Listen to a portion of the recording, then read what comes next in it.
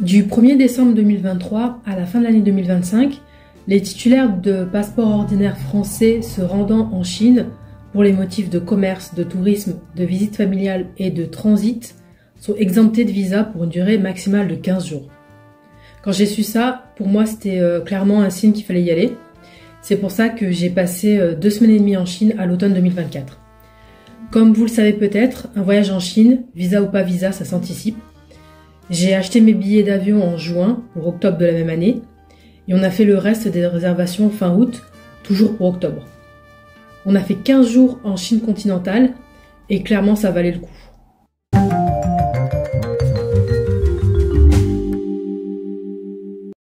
Bonjour et bienvenue dans cette vidéo. Je vous propose de parler de comment préparer votre voyage en Chine. Dans cette vidéo, je vais tenter de vous donner un maximum de conseils basés sur mon voyage là-bas. J'ai fait un road trip Pékin, Shanghai, Guilin et Hong Kong en 20 jours environ. Et si vous souhaitez revenir sur les conseils de cette vidéo ou vous préparer à d'autres voyages, je vous invite à visiter mon blog lamaisonneuve.com. J'y publie tous mes retours d'expérience voyage. Et si besoin, je vais mettre des liens utiles dans la barre de description et sur mon blog. Première partie, la paperasse. En termes de formalité, si vous avez un passeport français, allemand, italien, néerlandais, espagnol, malaisien, suisse, irlandais, hongrois, autrichien, belge ou luxembourgeois, alors vous pouvez entrer et rester en Chine continentale sans visa jusqu'à 20 jours pour raison d'affaires, tourisme, transit ou même pour voir des amis. Et quand je dis Chine continentale, c'est la Chine hors Hong Kong et Macao. Et c'est comme ça qu'on a pu faire 19 jours en Chine. Si vous souhaitez faire plus longtemps en Chine continentale, vous avez 2 options dont j'ai entendu parler mais que je n'ai pas testé. La première, c'est vous pouvez demander un visa, comme ça vous pourrez rester plus longtemps. Ou vous pouvez faire 15 jours en Chine continentale. Ensuite, vous passez une nuit ou une journée à Hong Kong ou à un pays limitrophe à la Chine. Et ensuite, vous revenez pour 15 jours en Chine et votre compteur se remet à 0. Donc, vous avez de nouveau 15 jours en Chine continentale. Du coup, jusqu'à fin 2025, vous n'avez besoin de rien sauf de votre passeport pour aller en Chine.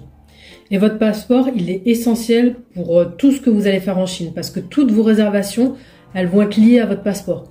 Vous ne pourrez pas vous balader en Chine sans et vous ne pourrez rien faire sans. Donc pour toute réservation, vous n'aurez pas de billet. Ils vont juste scanner votre passeport et grâce à ça, ils pourront retrouver votre réservation. Donc j'insiste sur ce point. Le passeport, c'est vraiment l'élément à garder avec soi et à ne pas perdre. Un autre conseil, avant de partir en Chine, visitez le site France Diplomatie. C'est un site qui vous donnera plein d'informations sur le type, sur ce qui se passe actuellement dans le pays, les conseils. Et aussi, enregistrez-vous sur le fil d'Ariane. C'est gratuit et ça vous permet de recevoir des alertes concernant le pays où vous allez et quand vous y êtes. Et ça permet à la France de savoir que vous y êtes au cas où il y aurait un souci dans le pays. Toujours niveau paperasse, de mémoire dans l'avion, on nous a donné un papier à remplir, papier aussi disponible à l'aéroport d'arrivée. Et dans l'aéroport, avant de passer la frontière, on a dû enregistrer nos empreintes dans une machine. Et cette machine, en fait, grâce à votre passeport, elle vous parlera automatiquement dans votre langue, donc vous n'avez pas à vous inquiéter. Une fois les empreintes enregistrées, là on allait faire la queue pour le contrôle aux frontières. Là, ça allait aussi assez vite parce qu'il n'y avait pas de queue, l'aéroport était quasiment vide, ce qui est assez surprenant. Et le contrôleur a aussi une machine qui parle votre langue, donc pas de souci d'interaction. Et surtout, si vous avez préparé votre voyage en amont, et comme toutes les réservations que vous faites sont reliées à votre passeport, quand on a passé la frontière, en fait, le gardien nous a pas posé de questions parce que très clairement, il a vu que, et il a eu accès à tout notre parcours, et il a vu qu'on avait prévu de quitter le territoire dans les délais impartis. Ensuite, en termes d'assurance, moi j'ai voyagé avec une amie, elle avait rien pris. Elle a décidé de se reposer sur les assurances de carte bancaire. Pour ma part, j'ai pris une assurance voyage au cas où quand même, et je suis passée par Chapka. Je peux pas vous dire ce que ça vaut parce que j'ai jamais eu de problème lors de mes voyages. Au moins je vous donne le nom, vous en faites ce que vous voulez. Et par contre, même si j'ai une assurance, je pars quand même avec une trousse de voyage spéciale, qui est assez consistante d'ailleurs. Si vous voulez que je vous en dise plus là-dessus, ou à la limite que je fasse une vidéo sur ma trousse de secours de voyage, dites-le moi en commentaire, ce sera avec plaisir. En termes de vaccins, je n'ai pas fait de vaccin particulier pour aller en Chine. J'ai mes vaccins de base requis pour la France. Mais en fonction de votre itinéraire, je vous invite à visiter le site de l'Institut Pasteur. Il peut vous dire de quoi vous pourriez avoir besoin. Passons à la section Internet et VPN. Alors comme vous le savez peut-être, Google, Instagram, Facebook, WhatsApp, les services de streaming et autres applications sont bloqués en Chine, sauf TikTok évidemment. Si vous souhaitez y accéder pendant votre voyage, il vous faudra un VPN. Alors mon amie avec qui j'ai voyagé en Chine, elle a Bouygues. Elle a choisi d'avoir une eSIM et un VPN. Elle a choisi NordVPN et ça semblait fonctionner pour elle. Pour ma part, j'ai Free Mobile qui me coûte 10 € par mois et j'ai de la data inclus pour certains pays étrangers dans mon forfait, dont la Chine et depuis juillet 2024, Hong Kong et Macao, l'Indonésie et la Corée du Sud. Donc en fait, je suis partie avec mon forfait normal et j'ai utilisé une partie de mes 35 gigas inclus dans mon forfait là-bas. Et ça m'a suffi largement. J'avais pas besoin de VPN, donc c'était vraiment pratique et puis surtout, j'avais pas les restrictions du pays. Par contre, quand je voulais utiliser le Wi-Fi de l'hôtel ou le Wi-Fi public, là, j'étais bloquée et un VPN aurait pu m'être utile. Mais c'est vraiment un détail anecdotique. C'est à vous de voir si ça peut vous embêter ou pas. Pour ma part, j'ai très bien vécu sans VPN. Si vous vous demandez à quelle période aller en Chine, sachez que généralement, on vous recommandera avril-mai et octobre-novembre parce que c'est les périodes les plus clémentes en termes de chaleur, de pluie, et c'est là que vous aurez les plus beaux paysages. Par contre, si vous choisissez de partir à cette période, identifiez bien les périodes de Golden Week, contrairement à ce que nous on a fait, parce que c'est les semaines de vacances en Chine, et vous pourriez avoir des difficultés à vous déplacer en voiture, en train, en avion, et les points d'intérêt que vous visez risquent d'être blindés, et vous allez détester ça, clairement. Bon, nous, on est arrivé au milieu de la Golden Week du mois d'octobre. Je dois dire qu'on n'en a pas trop souffert, ça allait, mais on a aussi, une fois, à partir du moment où on s'est rendu compte que c'était la Golden Week, on a adapté notre emploi du temps et ce qu'on voulait faire. Donc ça s'est très bien passé, on n'a pas eu de soucis. La section la plus importante peut-être, les applications indispensables en Chine. Alors vous avez WeChat, c'est une application utilisée en Chine. Mais en tant qu'étranger, il faut que vous soyez invité dans l'écosystème WeChat pour pouvoir utiliser l'application.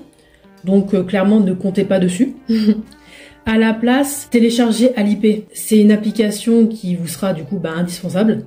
Elle vous permettra de payer, de réserver un taxi, recevoir des paiements si besoin. Donc avant de partir, installez-la, renseignez vos informations de carte de crédit dedans, carte bancaire. Et si besoin, configurez vos informations afin de recevoir des paiements. Vous aurez ainsi un QR code ou code barre relié à votre moyen de paiement pour effectuer vos achats. Vous pouvez aussi changer de l'argent sur l'application. Comme ça, au lieu de tirer de l'argent directement sur votre carte bancaire, elle ira le chercher dans le pécule que vous avez chargé sur Alipay. Selon la carte que vous avez, ça peut limiter les commissions de change. Par contre, si vous faites ça, sachez que vous ne pourrez pas virer l'argent qui pourrait vous rester à la fin de votre séjour en Chine de Alipay vers un compte étranger, c'est-à-dire un compte non chinois. Donc l'argent non utilisé sera perdu jusqu'à ce que vous reveniez en Chine ou que la Chine mette à jour son application. À travers Alipay, vous pourrez trouver l'application Didi qui vous permettra de commander des taxis. C'est une application qui fonctionne comme Uber, Bolt ou Grab si vous avez déjà voyagé dans d'autres pays d'Asie. Et je vous recommande chaudement Didi car grâce à cette application, vous connaissez le tarif de la course en avance, le chauffeur a l'adresse exacte de là où vous voulez aller, donc pas de problème de traduction d'adresse en chinois. Le chauffeur ne pourra pas essayer de vous demander de l'argent en plus, et je vous dis ça à la suite d'une expérience vécue en Chine. Si vous souhaitez que je vous la raconte, dites-le moi en commentaire. Et pour avoir testé l'application Didi, ça marche très bien, vous pouvez rechercher votre destination en fonction d'un point d'intérêt. Pas besoin obligatoirement de connaître l'adresse de destination, si vous avez le point d'intérêt ça suffit. C'est extrêmement pratique, les prix des taxis sont très compétitifs. Certes, ça reste plus cher que les transports publics en Chine, mais les prix restent quand même dérisoires à mon sens par rapport à ce qu'on peut payer en France bien entendu. En Chine, on voyageait à deux, on s'est fait des trajets d'1h30 en Didi qui nous sont revenus à 15 €. Soit 7,50 € par personne, pour vous donner un exemple. Donc autant vous dire qu'on a voyagé exclusivement en Didi, et vous verrez quand vous serez dans l'application, vous avez le choix entre plusieurs catégories de taxis, les taxis traditionnels, les indépendants, les discounts, les voitures de luxe, etc., etc. Je peux vous dire que le retour en France a été difficile sur plusieurs points, dont celui-là. Donc rapidement, pour vous expliquer comment ça fonctionne Didi, vous ouvrez votre application, vous choisissez votre destination, vous choisissez le type de taxi que vous voulez. Vous avez les prix qui s'affichent en face en yuan, donc vous savez directement combien ça va vous coûter en fonction du taxi choisi. Une fois que vous avez choisi, vous validez. En 1 ou 2 minutes, généralement, il y a quelqu'un qui prend la commande. C'est très rapide. Et à partir de là, vous pouvez suivre le chauffeur, voir dans combien de temps il arrive. Ensuite, vous voyez le trajet que vous allez faire. Une fois dans le taxi, le conducteur il peut vous demander de confirmer que vous êtes le bon client. Pour cela, généralement, vous allez recevoir un code en amont qui correspond aux 4 derniers chiffres du numéro de téléphone que vous avez renseigné dans Alipay. Ça nous est arrivé surtout avec des taxis officiels. Ensuite, une fois que vous êtes arrivé, à la fin, il faudra bien penser à confirmer que vous êtes bien arrivé et à valider le paiement de votre trajet avec votre code secret Alipay. Si vous avez oublié, de toute façon, vous ne pourrez pas commander d'autres Didi tant que vous n'avez pas payé la course précédente. Donc voilà, Alipay, c'est simple, ça rassemble tout, c'est un moyen de paiement. Vous pouvez commander votre taxi avec, vous pouvez acheter des billets de train, vous pouvez réserver votre hôtel. Là-dessus, on peut prendre exemple. Dernière anecdote, vous ne pourrez pas utiliser Alipay en dehors de la Chine continentale. Une fois arrivé à Hong Kong, par exemple, vous devrez repasser sur du Uber ou du paiement en cash ou à la carte bancaire classique. Ils ont un Alipay à Hong Kong, mais c'est une application qui est différente. Et pour y avoir accès, vous avez besoin d'avoir un numéro local hongkongais. Ensuite, vous aurez besoin d'applications de traduction, bien évidemment, sauf si vous parlez mandarin, bien sûr. Là-dessus, je peux vous recommander Google Translate, DeepL ou encore l'interprète Samsung. Donc sans surprise, l'anglais n'est pas très répandu en Chine. Pour communiquer, on est passé par des applications comme celle que je vous ai citée. Et pour ceux qui ont des Samsung assez récents, il y a même une fonction interprète sur le téléphone. Et en gros, ça traduit instantanément des discussions. Alors c'est quelque chose qui est très sympa. Par contre, s'il y a du bruit autour de vous, le téléphone ne va pas distinguer ce que vous dites, donc ça va pas marcher. Et c'est assez casse-tête. Donc voilà pourquoi c'est utile d'avoir différents supports de traduction, on va dire. Si vous ne voulez pas vous casser la tête, il me semble aussi qu'il y a un traducteur dans Alipay. Ensuite, je voulais vous parler de l'application 12Go. Donc ça, c'est une application pour réserver des billets de train ou de bus. C'est une application que j'ai pu utiliser dans le passé quand j'étais en Malaisie et à Singapour. Mais pour la Chine, les prix qu'ils proposaient n'étaient pas compétitifs. Donc on est plutôt passé par des Get Your Guide, Klook ou encore Trip.com. Après, je vous en parle quand même parce que voilà, dans votre comparaison de prix, ça peut être intéressant de regarder ce site, cette application. Je vais vous parler de Klook du coup. On a réservé nos billets de train Guilin Hong Kong via ce site. Et là, j'en profite pour vous parler brièvement de la réservation de billets de train. Il faut savoir que les billets de train sont officiellement ouverts à la vente 2 semaines en avance, mais que les billets de train, ça part très vite. Et en fait, grâce à des sites comme Klook ou Trip.com et autres, vous pouvez acheter vos billets de train. Donc comment ça se passe? Disons que je veux acheter un billet de train pour dans un mois. Le billet n'est pas ouvert à la vente. Je vais sur Klook, je verrai que sur la date à laquelle je veux réserver mon billet de train, il va y avoir une horloge. Et en fait, via Klook, je peux quand même sélectionner l'heure de train que je veux, sélectionner le type de classe dans laquelle je veux voyager et payer. Et en fait, Klook derrière va se charger de la réservation de train pour moi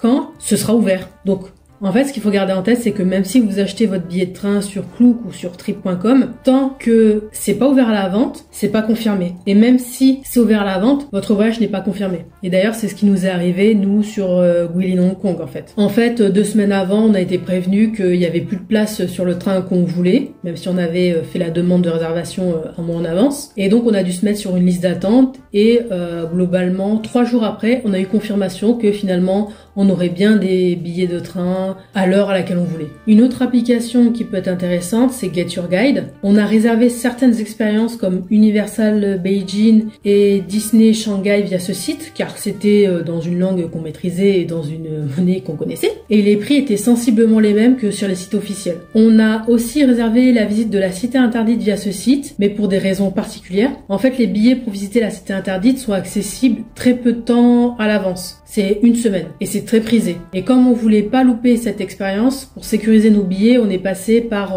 une visite guidée. Ça nous a coûté un peu plus cher, ça nous a garanti qu'on puisse visiter la cité et aussi, grâce à la visite guidée, on a pu faire coupe-fil, donc ça nous a fait gagner du temps. Et ça c'est très important parce qu'il y a de nombreux points de contrôle autour de la place Tiananmen et la cité interdite. On peut facilement perdre beaucoup de temps à cause de ces contrôles, donc c'était vraiment un plus et on ne regrette pas d'avoir payé un petit supplément pour aller plus vite. Surtout que la cité interdite, vous pouvez y passer facilement une journée entière. Pour les autres activités, je prépare un article de blog que je vais sortir en décembre. Dans cet article, je vais expliquer en détail quand est-ce qu'on est passé par Guide sur Guide, quand est-ce qu'on est passé en direct, etc., etc. Donc je vous invite à visiter mon site, à vous abonner à la newsletter, comme ça vous serez au courant de ce qui se passe. Un autre site qui peut être important pour votre voyage en Chine, c'est trip.com. C'est via ce site qu'on a réservé nos hôtels et notre train Pékin-Shanghai. Aussi, ce qui est très intéressant sur trip.com, c'est que au-delà d'avoir souvent des meilleurs prix sur trip.com que sur d'autres plateformes, il y a de nombreux hôtels chinois qui sont uniquement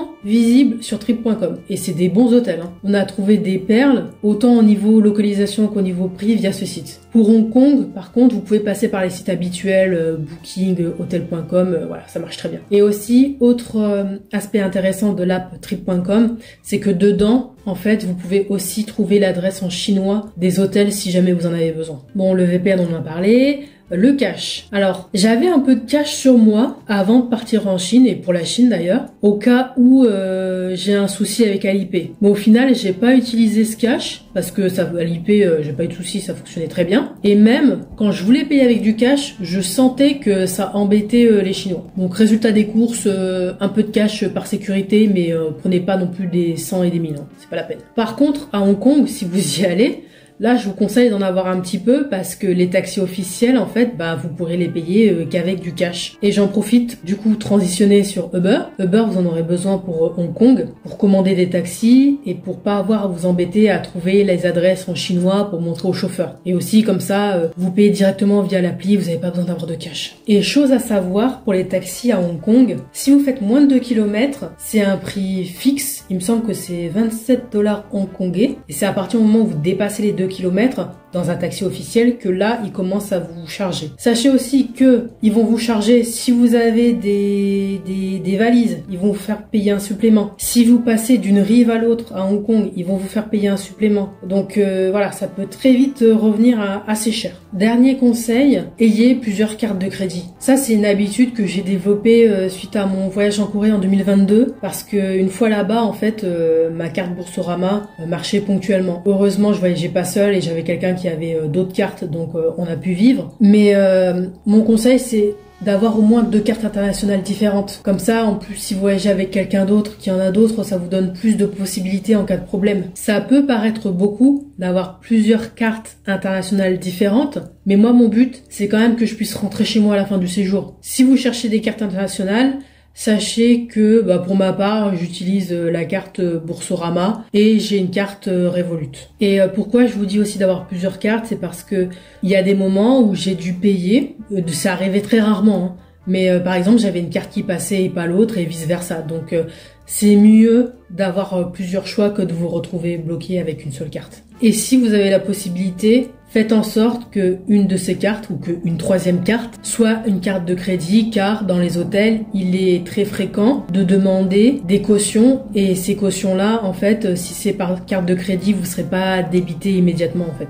Vous n'aurez pas de souci. Alors que si vous avez que des cartes de débit, ils peuvent vous demander de payer une caution immédiatement, type 100, 150 €. Et là, c'est plus gênant si vous n'avez pas ces fonds. Comment se déplacer en Chine? Alors, vous avez Didi, on en a parlé. Vous avez l'avion. Par exemple, pour faire Shanghai-Guilin, on a pris China Eastern, qui fait partie de l'alliance SkyTeam avec Air France. Donc voilà, c'était un vol de 2 heures, l'avion était bien. Un petit peu de retard, mais bon, on n'était pas pressé, donc tout va bien. Et aussi, on a pris 2 fois le train. Une fois pour faire Pékin-Shanghai et une fois pour faire Guilin-Hong Kong. Alors, le train, pour le coup, on était prêtes. On avait vu des vidéos qui conseillaient de venir 2 heures à l'avance, etc., etc. Finalement, nous, on n'a jamais eu à attendre pour rentrer dans la gare, mais je peux comprendre d'où viennent ces conseils. En fait, quand vous rentrez dans la gare, ou même à l'aéroport ou dans un métro, vous avez des portiques de sécurité à passer. D'un côté, vous devez poser tous vos sacs et bagages sur un tapis roulant qui est passé au rayon X, et vous devez passer par un portique. Et bien sûr, si vous sonnez, c'est fouille. Ils rigolent pas avec la sécurité en Chine, en fait. Nous, on a eu la chance de partir en heure creuse et d'arriver en avance, parce qu'on anticipait les éventuelles files d'attente. On est passé tout de suite, et en fait, après, on a pu manger dans la gare. Dans la gare de Pékin, vous avez un McDo, un KFC, un Burger King et autres fast-food à chaque angle de la gare. Alors qu'à la gare de Guilin, vous avez 3 boutiques qui se battent en duel.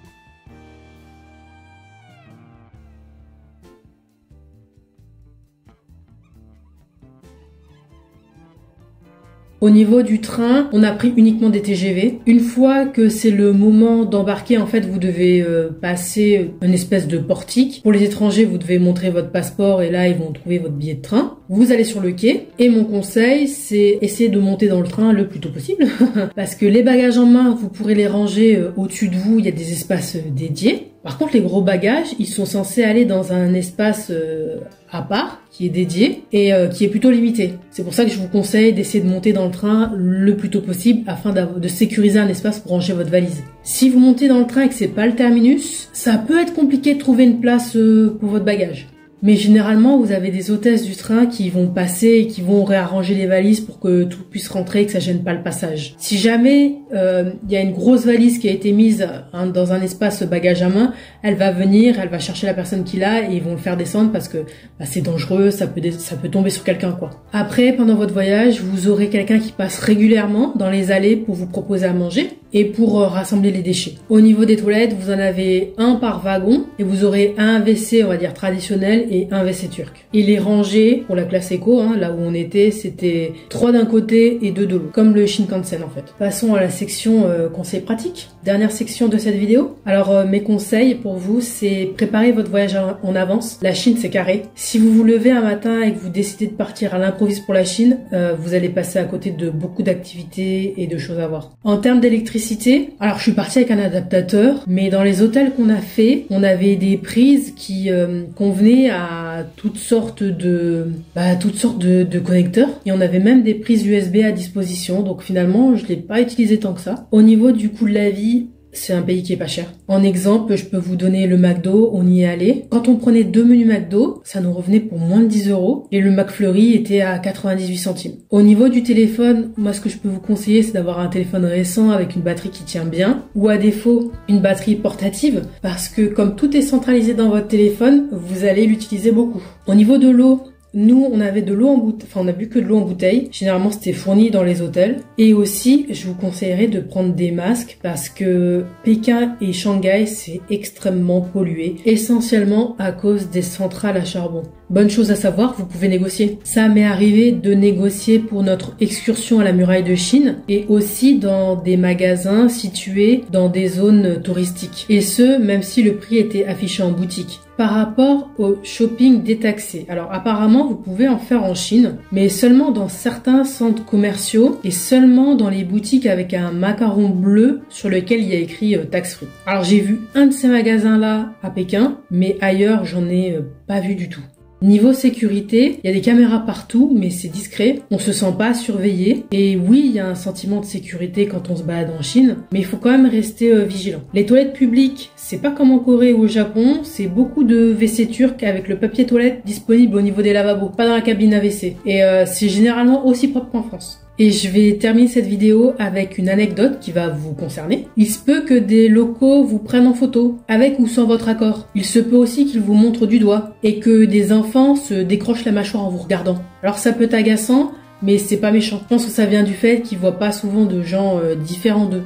Sauf dans la télé et encore. Donc si un Chinois vous croise à la muraille de Chine, par exemple, et ben pour lui, vous serez une attraction dans l'attraction. Sur le coup, à la fin du séjour, ça m'exaspérait, ce genre d'attitude. Mais maintenant, avec le recul, j'en rigole et puis surtout, je garde un souvenir positif de mon voyage. C'était comme être dans une bulle. Le dépaysement s'est fait immédiatement et ça a été une diète forcée des réseaux sociaux en fait et de tout ce qui se passe dans le monde. Et des fois, ça fait du bien. C'est clairement un pays où j'ai envie de retourner, comme beaucoup d'autres pays d'Asie d'ailleurs. Et voilà, c'est tout pour cette vidéo. J'espère qu'elle vous a aidé à préparer votre voyage en Chine. Si vous avez des questions, n'hésitez pas, je tenterai d'y répondre dans les commentaires. Et si d'autres idées me viennent et que j'ai pas partagé dans cette vidéo, eh ben je le mettrai dans mon article de blog parce que c'est plus facile à mettre à jour. Donc je vais essayer de faire des vidéos sur Pékin, Shanghai, Guilin et Hong Kong.